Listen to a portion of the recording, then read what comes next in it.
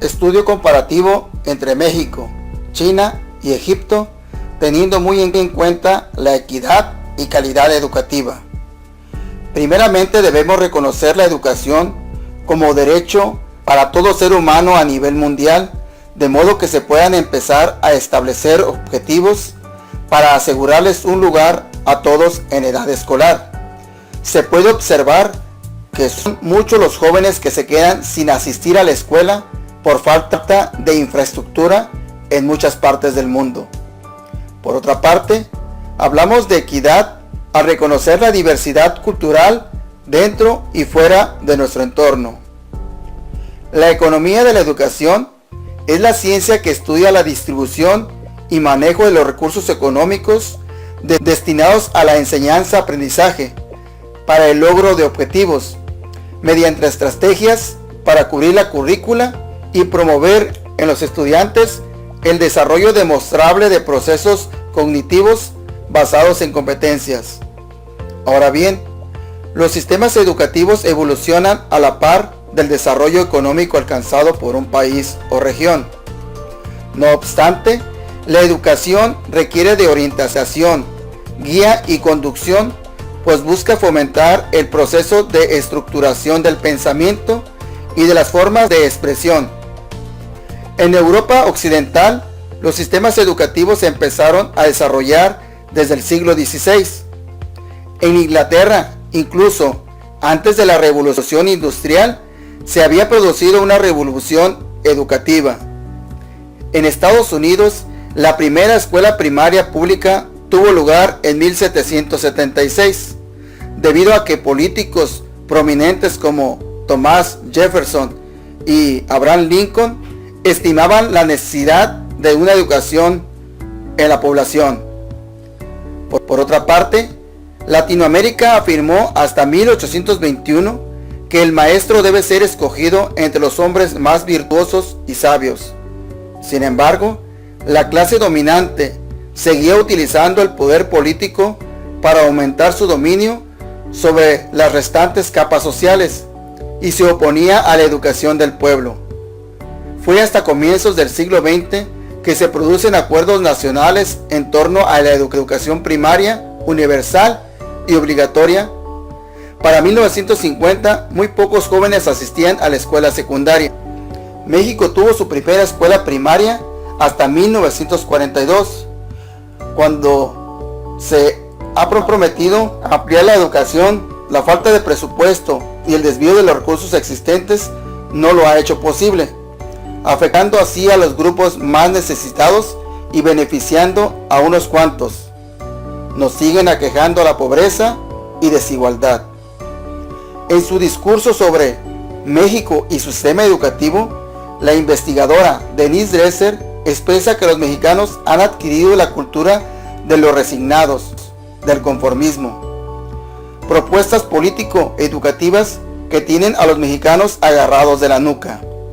En el mismo orden, también enfatiza que el sistema educativo no logra la pertenencia de sus estudiantes. Aún existen muros sociales y culturales, obstaculizando el aprendizaje. Otros países lo han hecho mejor, como Corea del Sur. Por ejemplo, hace 5 años la educación era menor a México y ahora lo supera en sobremanera. El gobierno mexicano no le invierte, no le conviene tener ciudadanos pensantes, debido a que exigirían más, abrirían los ojos, empezarían a defenderse. Si una sociedad invierte en educación en edad temprana, fomenta la escolaridad, reduce la delincuencia, mejora las aptitudes de los niños y los conduce a obtener mejores niveles de renta en su vida profesional futura. Todo tipo de educación produce rendimiento, desde la educación en casa como la educación escolar. Ambas son un comportamiento y un complemento que pueden ayudar a nuestro país. China es un ejemplo de la calidad educativa económica, ya que las inversiones a la educación son altas. Han definido la fórmula del éxito. Economía más educación redunda en hombres más productivos, mejora la tecnología, desarrollo económico y menos pobreza. La Organización para la Cooperación y el Desarrollo Económico ofrece un foro para compartir experiencias y buscar soluciones a los problemas comunes en el ámbito educativo. Cree en el progreso de las naciones a través del libre mercado.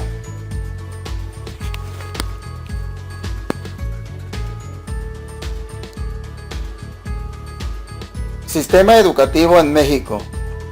Según la OCDE, México tiene el último lugar de población entre 25 a 65 años con educación media superior y el penúltimo lugar en población entre 15 y 19 años inscritos en bachillerato. El progreso económico comienza en el aula, según José Antonio Ardaví, director del Centro de México en la OCDE. Es enfocarnos en promover la calidad educativa. Es indispensable tener un padrón de maestros y un acuerdo para la evaluación de los mismos que asegure la formación y la continua preparación de los maestros. Otro tema de interés para la OCDE es la deserción escolar y los jóvenes en edad escolar que ni asisten a la escuela ni trabajan, generando así que la economía vaya en deterioro para próximas generaciones. México se considera el país más tacaño de la OCDE en inversión educativa. Ha incrementado su presupuesto para la educación, pero sigue rezagado respecto a otros, por lo que el nivel de educación en nuestro país y el de los mecanismos de enseñanza y aprendizaje están en duda. Siguen utilizando métodos tradicionalistas, memorísticos, no investigan, y la comunicación verbal y escrita es escasa. La deserción escolar, la inequidad, la falta de cobertura y la falta de sentido de pertenencia son palabras claves para una política educativa contextualizada. Según revelan datos de PISA, México ocupa el lugar 53 de los 65 países donde se aplica el programa de evaluación. Sistema educativo en China. China cuenta con 1.312.000 millones de habitantes, el 20% de la población mundial. El sistema educativo chino es diverso. Su desarrollo se remonta a 5.000 años atrás, con el invento de la brújula, la pólvora, la imprenta y la cerámica. Ha influido fuertemente en la lengua y cultura sobre varios países asiáticos como Japón, Corea y Vietnam. Trabaja en la educación moral de Confucio, basada fundamentalmente en el respeto a las jerarquías sociales y en el sacrificio de los intereses individuales en nombre de intereses colectivos. En China existen los exámenes de admisión debido a su gran población. En los exámenes utilizan drones como medio de verificar que no hagan trampa a los alumnos. El sistema educativo chino es muy competitivo. Los niveles de fracaso escolar son muy bajos y la tasa de alfabetización supera el 94% según los datos del Banco Mundial. El Ministerio de Educación es el encargado de controlar y gestionar ese sistema educativo, que es gratuito para todos los estudiantes durante la etapa obligatoria, que va de los 6 a los 15 años. A partir de ese momento, los alumnos deben pagar tasas, lo que produce un notable descenso de estudiantes en los niveles superiores. En los últimos años, el gobierno ha invertido con fuerza en educación. Han mejorado instalaciones, construido nuevas escuelas y contratado más profesorado para mejorar el nivel educativo del país. El horario escolar de lunes a viernes es de 8 a.m. a 4 p.m. y sábados de 8 a.m. a 12 p.m. Los domingos son utilizados para realizar actividades deportivas. El acceso a las universidades chinas está regulado por unos exámenes que se realizan a nivel nacional y están abiertos a alumnos de todas las edades. Debido a la gran cantidad de aspirantes, estas pruebas son muy competitivas y es difícil conseguir una plaza en la universidad. En total, Hay más de 2.000 universidades en China, con alrededor de 6 millones de estudiantes matriculados. En lo que a financiación se refiere, China posee una política de coste compartido. En ese sentido, se han puesto en marcha planes específicos orientados a personas con dificultades económicas, como becas, reducciones de matrícula, trabajos de tiempo parcial y préstamos estatales.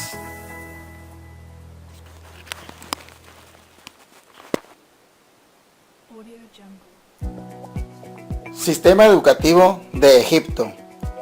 En este país, en educación pública se invierte el 4.2%, aunque no se menciona si es total o repartida. La población en edad primaria es de aproximadamente de 7 millones. El 35% de las mujeres son analfabetas debido a que no es prioridad para las damas asistir a la escuela. Los encargados de transmitir las conductas morales y valorales son los padres. La educación es gratuita siempre y cuando se pueda cubrir el gasto que ésta pueda ocasionar, y obligatoria entre niños de 6 a 13 años. Existen 13 universidades y atiende a más de 90,000 estudiantes. Los profesores no son bien pagados y por ende la calidad educativa es muy baja. La secundaria se especializa en materias industriales y agrícolas. Las universidades con especialidad en Derecho no tienen oportunidad laboral. Actualmente en Egipto podemos diferenciar socialmente entre una clase alta, para quienes la educación es un derecho real y accesible, y una clase baja de agricultores y obreros, para quienes es más difícil poder disfrutarla en cuanto a su acceso y permanencia en el sistema educativo. Con un analfabetismo cercano al 35%, en especial entre mujeres, Egipto no se destaca tampoco por su calidad educativa en el sector público. El sistema de educación no es mixto a partir de los 10 años y está conformado por un nivel básico obligatorio y gratuito de 8 años, un secundario de 3 años y una escuela vocacional de 5 años. Es una educación rígida, tradicionalista, se imparte en árabe, aunque también se enseña francés e inglés. Hace poco se han quitado de la currícula los temas referentes a educación sexual. Las clases comienzan a las 8 de la mañana y terminan a las 2 de la tarde. Asisten de lunes a jueves. La educación religiosa se imparte a través de institutos religiosos o madrasas, cuya meta es transmitir los valores de la cultura islámica, sobre todo la religiosa. Se divide en facultades para hombres y para mujeres, y recibe a estudiantes egipcios y extranjeros. En conclusión, en México quienes menos se benefician del sistema educativo son los grupos indígenas, y eso es debido a que aún existe la discriminación y marginación.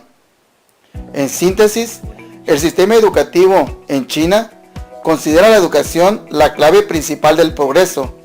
Por ello, invierte tiempo, dinero y esfuerzo. En cuanto a Egipto, el sistema educativo es cultural y religioso. Debido a las limitaciones económicas, muchos de los padres llegan a ser maestros de sus hijos en casa. Sigue restringida la educación sexual. Las creencias culturales siguen sumamente arraigadas y consideradas un legado para próximas generaciones. Los sistemas educativos analizados y comparados son completamente distintos. Todos y cada uno de ellos busca formar ciudadanos íntegros que hagan frente a la globalización y que los resultados obtenidos sean percibidos.